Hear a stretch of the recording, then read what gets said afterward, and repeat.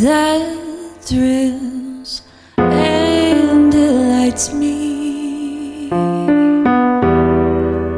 Oh no,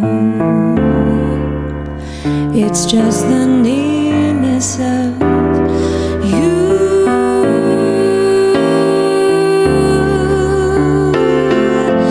It isn't your sweet conversation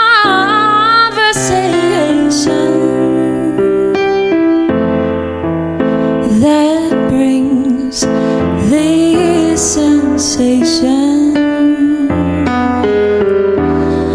Oh no, it's just the nearness of you.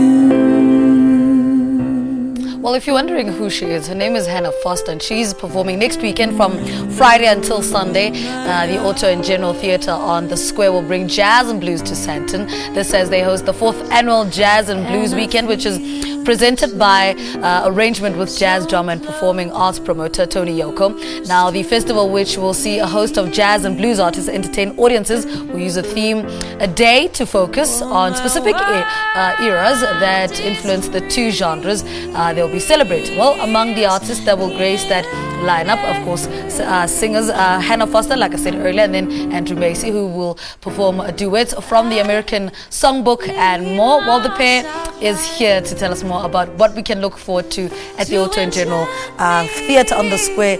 Lady, gentlemen, good morning. Welcome to Morning Live. Hi, how are you? Good, thank you. All right, let's talk about, Andrew, let's start with you. Jazz and blues. When did this relationship start with this genre? It actually only really started when I went to study music. After school, I popped into Technikon, well, it was Technikon Pretoria then, and through the studies I found a love for jazz mostly. Why was this genre so comfortable for you? I'm not sure. I obviously have a bit of a crooner style voice, and it sat well with my voice, and obviously I kind of stuck to what I was good at. Hannah, at what point in your life did you start getting interest in these genres?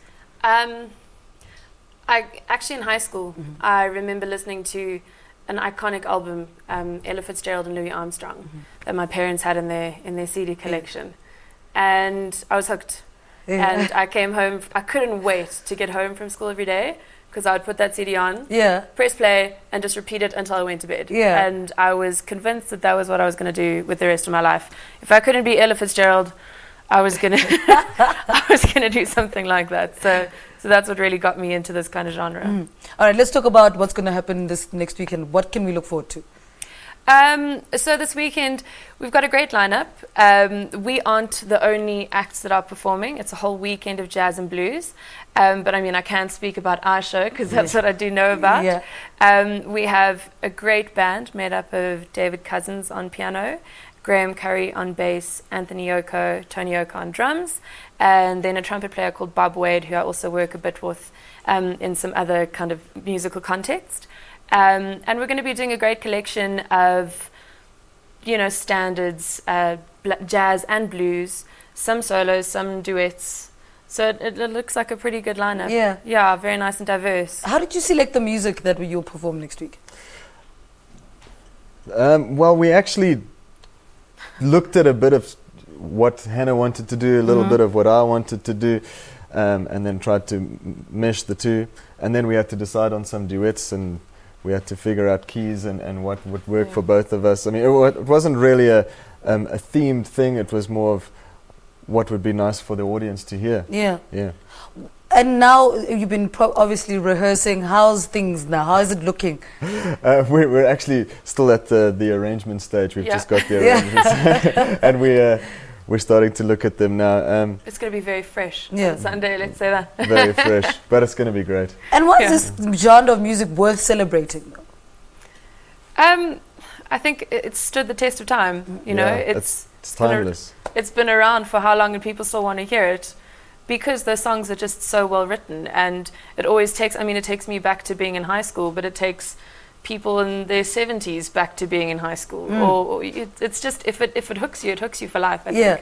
Now you guys have your own solo things going as well, but what makes working together work so well You know what I mean? Like this partnership, what makes it work so well?